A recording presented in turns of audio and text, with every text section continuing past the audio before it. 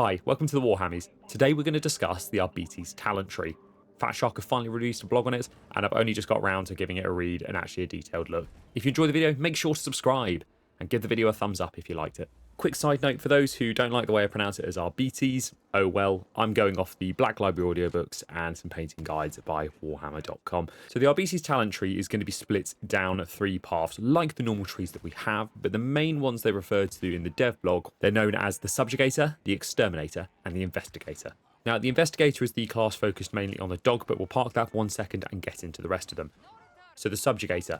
Fat Shark have said this is allowing you to dive into the thick of combat to break apart formations of the criminal scum, essentially tapping into the identity of riot police. Apparently these talents are all focused on heavily on melee, staggering enemies, and tanking hits. In terms of a sneak peek at some of the talents, they've got Hammer of Judgment, which attack speed increases when hitting multiple enemies with a single melee attack. That's going to be really useful with the shields because they have nice large sweeps. Suppression Protocols, hitting multiple enemies with a single melee attack grants toughness damage reduction. And target the weak. Enemies staggered by your melee attacks take more melee damage. So that's really nice. So imagine building that in with some of the blessings that we already have, which stack damage on when an enemy's staggered. It'd be nice to see kind of the Subjugator blending very well with those blessings.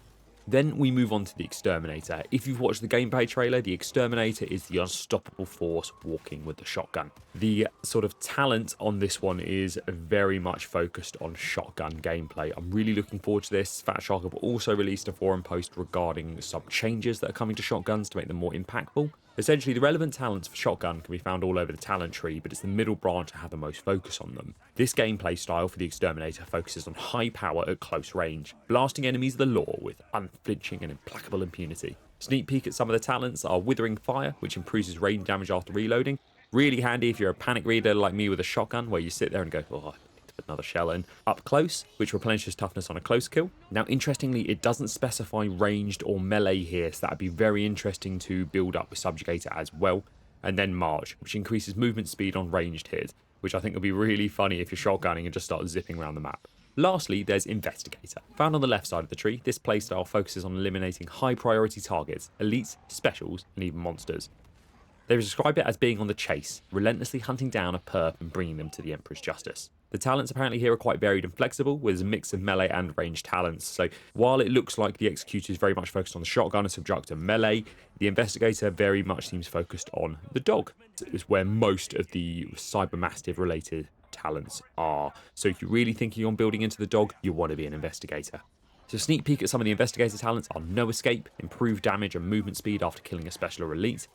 Canine Morale, killing an enemy pounced on by your Cybermastiff grants toughness and toughness damage reduction to allies in Coherency. And Serrated Maw, your Cybermastiff applies brittleness on attack. This means that whatever your Cybermastiff then targets, say it's a monster, you'll just be doing more damage to it. They have specified if you want a build that interacts with the Cybermastiff, you do not have to go down the left-hand side. You can kind of work your way down, as you will probably notice in most of my build videos. I don't focus on just a single line. In terms of Coherency Auras, the base Coherency Aura is going to be Ruthless Efficiency.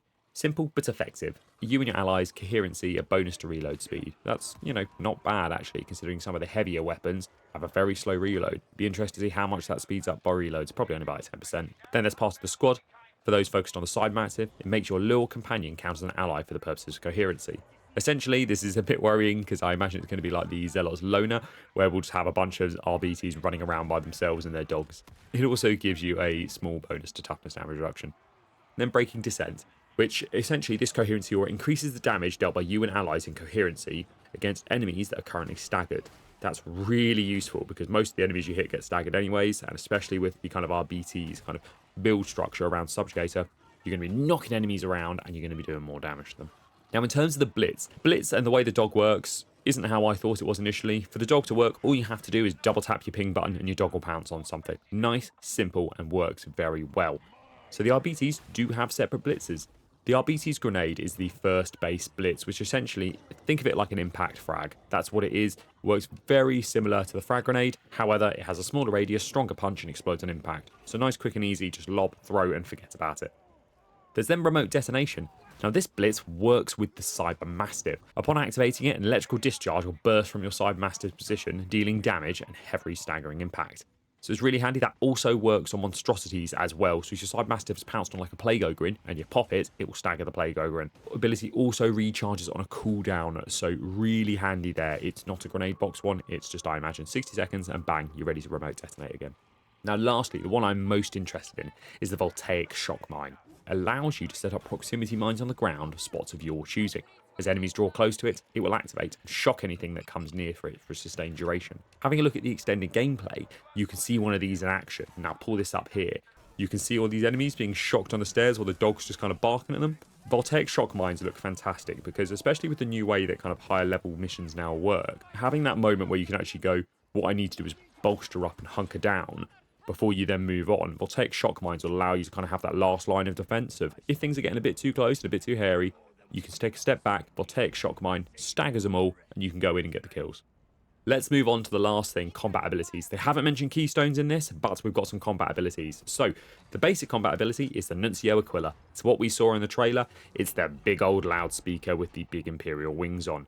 What this does is you get to target a specific point on the map. It will blast the word of the Imperial Law at full blast, empowering nearby allies and debilitating nearby enemies.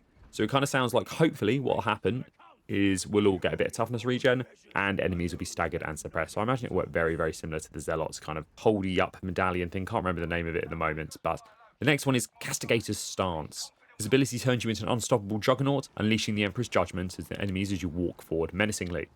Essentially, this one removes your ability to sprint, but increases your base movement speed and massively reduces your damage taken for a time. This one is all about walking down the corridor towards your targets with that shotgun, just slowly loosing off shells and feeling like an absolute god. And then there's Break the Line. So for those foot knights from Vermintide 2, you're going to be very happy. This is a short lunge forward and then a bash with your shield, knocking everything down in front of you. This is very much Kruber's Foot Knight ability from Vermintide 2. I'm happy to see it come back, as it's kind of nice to have that short, sharp sweep stun. Compared to the Zealot's Charge is very singular focused. You're not knocking many things down, and this is kind of in between the Ogryn's Charge and the Zealot's Charge there. A lot of short distance, but apparently this one is on a very short cooldown, the shortest in the game, Fatshark has said. So make sure to use it often to clear the way. In terms of what we're getting, I'm really excited to see. I think it's going to be shaking up the Darktide meta quite a bit. When the update launches on June 23rd, I have a full day off glorious work, so you will find me playing the game. If you want to let me know what you're excited for, let me know in the comments down below. I always love to read what you guys put, and as you can see from my previous ones, I do respond to you. I'll catch you in the next one.